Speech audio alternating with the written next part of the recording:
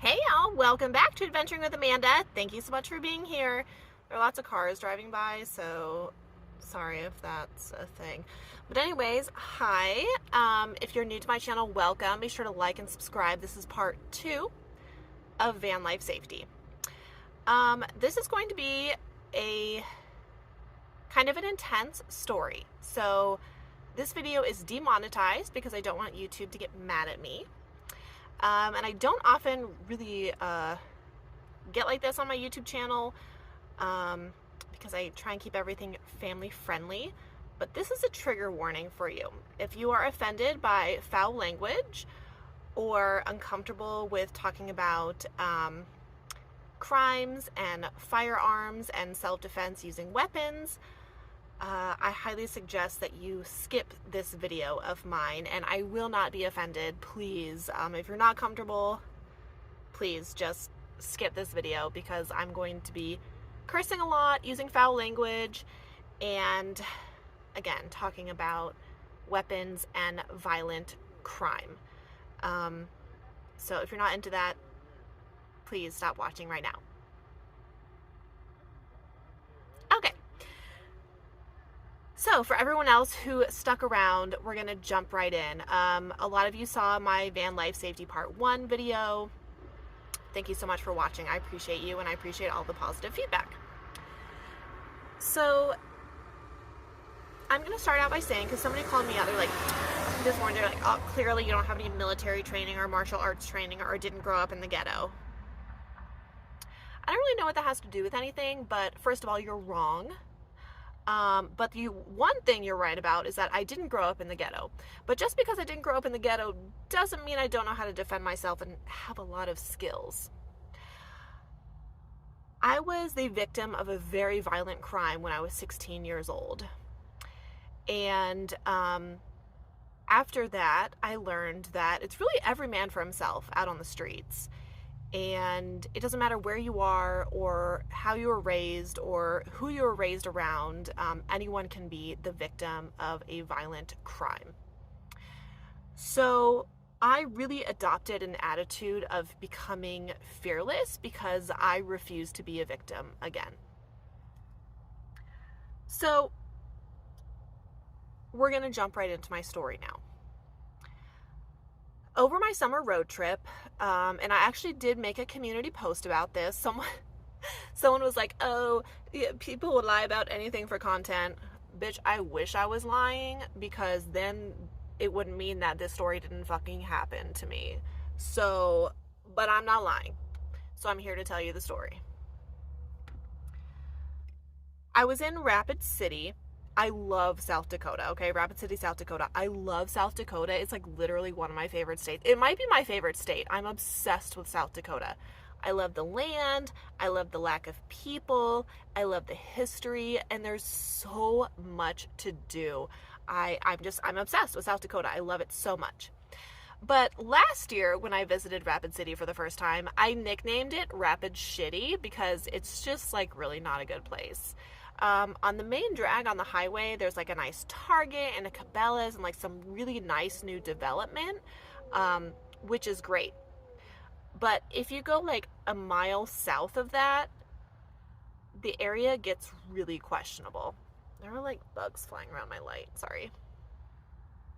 So, I don't remember exactly what I was doing, but I had Googled something on maps, right, on my Google Maps, and of course I was with Winston, and again, this was this summer, on this summer's road trip, and I had been to Rapid City before last year, and I had gone to like the big Target and stuff like that that's around, but I needed to go somewhere else, and I apologize because I can't remember, and I can't remember because I was so traumatized by what happened to me afterwards, but I went to find this place, and I think it was like closed or something. So I was like, you know what? I need to stop at this Family Dollar because I just need like some toilet paper and like some little things. And I love going to Family Dollar and Dollar General when I'm on my travels because I just love those stores. So I saw this Family Dollar, and I realized that I had kind of driven into like a sketchy part. And I parked in the Family Dollar parking lot, and there was only like 2 cars. So I was like, oh, this is fine. I'll run into Family Dollar. Um, I have remote start on my van, so I can leave my van running and locked with Winston inside if I want to. If I'm just going to be like 5 minutes, I don't leave him in there for any longer than that. But so I was like, okay, I'll just run into this Family Dollar. So I parked like 6 parking spaces back. I like to kind of park in the back of parking lots and walk because I need the exercise, and I like the exercise. So I was walking up to Family Dollar. And there was this older truck. It was like a gold truck, and it was older, and there were these 2 guys sitting in it, definitely locals. And I was walking up to the store, and all of a sudden I hear, "Hey girl, nice pants." And I was wearing like my skin tight workout leggings at that time. And so I turned around and I made eye contact with him. Always make eye contact. So I always make eye contact to let them know that I'm confident. I see you, right? I see you. So I turned around, I made eye contact, I just looked, and then I started walking back up to Family Dollar. Well, when I walked up to the store, it was locked and the door was shut. And I was like, shit, it's not open yet. And it was like 10:30 a.m. So I was like, this is weird. And so then I saw like these other 3 dudes, and they were like sitting next to a pawn shop that was like right next to Family Dollar. They were sitting outside of it. And one of them was like, hey, it doesn't open till 11. And I was like, oh, okay, cool. And then all of a sudden this other guy starts to walk up to me, and he's like, hey, nice bag. And then that guy who mentioned my clothes got out of his truck and started kind of like power walking up to me. He was like, hey, what's going on? And so I had these 2 dudes coming at me from different angles, the guy talking about my purse and the guy talking about my pants, and the Family Dollar door was locked. So here I am between Family Dollar, my van's over here, these 2 guys are right here. They have me cornered as they're walking up to me, and I have nowhere to go. Winston's in the van, Family Dollar's locked, and there's like nobody else around. So I pulled out my knife, and I retracted my knife, and I said, don't take another fucking step toward me. And they were like, whoa, whoa, whoa, we're just fucking around, man. We're just being friendly, man. And I was like, go be fucking friendly somewhere else. I am the wrong bitch to fuck with. And I was going like this with my knife. And they were like, whoa, whoa, whoa. And they start backing up. So I have my knife, and I'm pointing it as I walk toward my van with my eyes on them, right? Making, being aware of their physical descriptions, what they look like, how old they were. They were probably around my age, bunch of like punk ass bitches. If it's gonna be me or you, it's gonna be you. I'm not here to fuck around, right? I am not gonna be the victim of a violent crime again. I'm not. So I started walking toward my van. The guy gets back in his truck. The other guy disappears. And I sit and I pull out my gun. Because I'm like, okay, if these guys are going to fuck with me, I'm going to pull out my gun. I'm going to be ready to defend myself and my property. So I pull out my gun. I had my knife out. I started my van and I started driving away. In the meantime, while I'm driving away, I'm looking in my mirrors. Are these people following me? Are these people going to threaten me again? So what I do is I'm looking, I'm very aware. Again, I take mental descriptions of the vehicle, mental descriptions of these guys, and I start driving off, and I'm like, okay, I'm going to go to the Target parking lot. I need to calm down. So I called my mom. I let her know what was going on. And at the time, should I have called the police? Probably, but I was amped up. I was on adrenaline because I was going to defend myself because I'm not afraid. And I let them know that I was not afraid, right? I'm not afraid. If you're coming at me, I'm going to come at you first because I'm not playing those games, right? I'm not playing those games. So I called my mom. My mom's freaking out. I'm like, Mom, I'm fine. She's like, do you have your gun? I was like, I have my gun. I have my knife. Like, I'm okay. Like, I'm not afraid. I'm not afraid. I was running on adrenaline. So I drive to Target. These bugs are annoying me. I drive to Target and I'm like, okay, I'm gonna park in the front of Target. I'm not gonna get out of my van, but I'm gonna park in the front of Target so the cameras can see me, right? So I'm in line of sight of the cameras. So if something does happen or these men approach me again, it's all on camera. So I just sat there in the Target parking lot in like a front space, and I just calmed down as I was watching my mirrors to see if these guys were going to approach me again, if this vehicle was going to approach me again, or if anything like that was going to happen. And it didn't. It didn't. So I was able to calm down, and I was able to move on to my next destination.